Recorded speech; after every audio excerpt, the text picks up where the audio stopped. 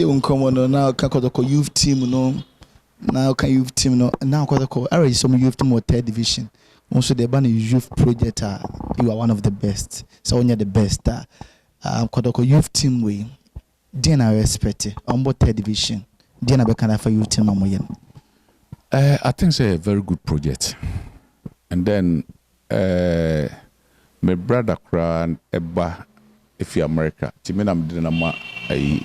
team no on soccer team no here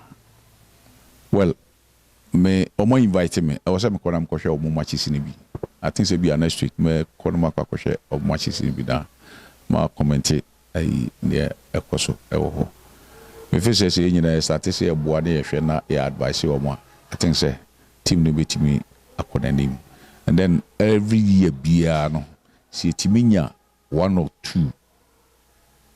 ebewura first team ni mo I think say Kotoko ebesi the right direction na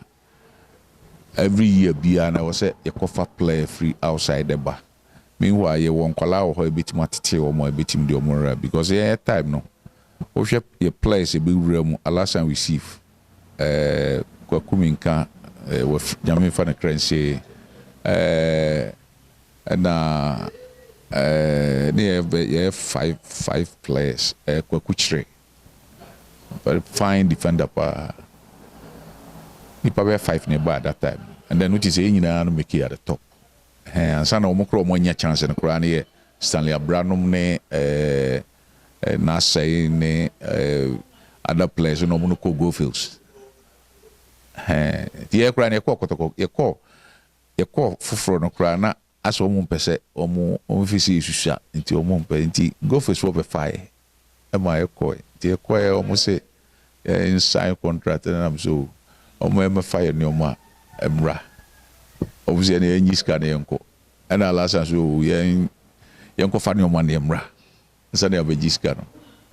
nti na me pushes say omo enyi ska na emra e bakra na say and they say amobi wa say ne ska na ka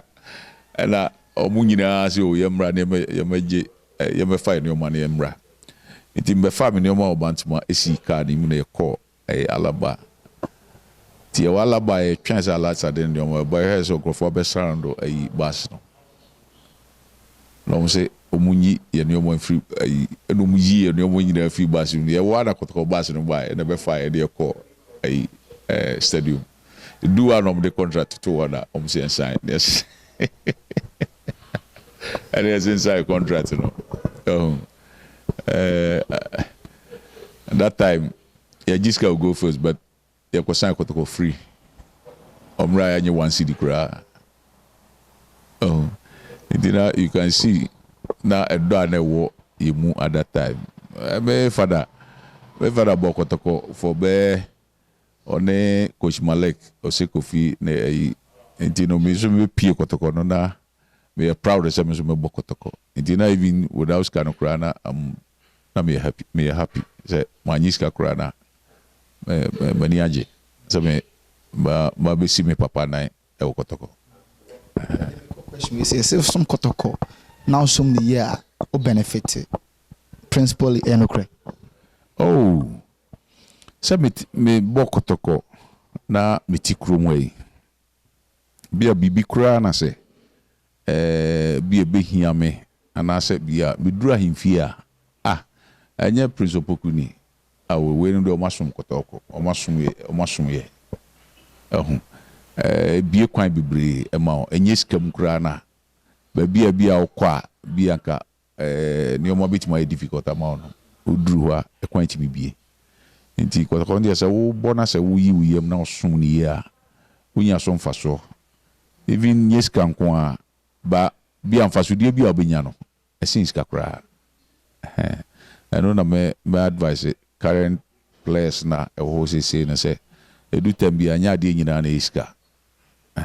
mo omunyi omuyem omunyire omo no mo bi kura na